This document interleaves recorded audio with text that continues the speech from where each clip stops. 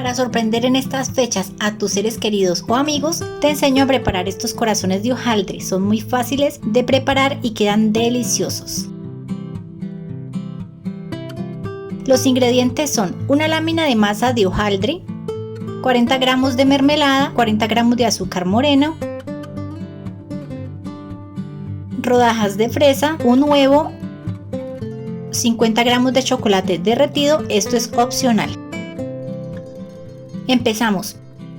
En mi caso, estirando la masa con un rodillo. Si tienes la masa de hojaldre que viene ya lista y estirada, omite este paso. Estiramos la masa de la mitad hacia arriba y de la mitad hacia abajo.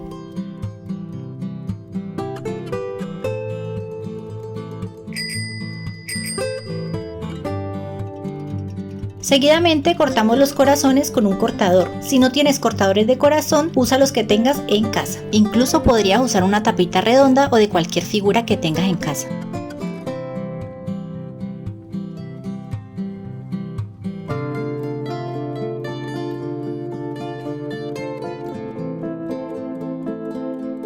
Así quedan los corazones ya cortados.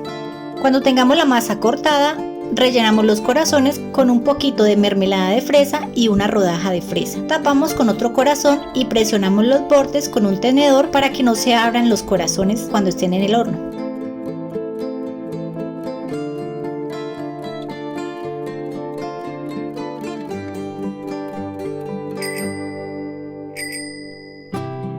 Aparte batimos un huevo. Y vamos a pincelar los corazones con el huevo batido. Espolvoreamos con azúcar morena encima. Llevamos a hornear a 180 grados por 25 a 30 minutos o hasta que doren. El tiempo de horneado depende de la potencia de tu horno. Yo decoré con chocolate derretido encima y unos trozos de fresa. Esto por supuesto es opcional. Y listo, así de fácil tenemos estos corazones de hojaldre rellenos. Están muy crocantes y deliciosos.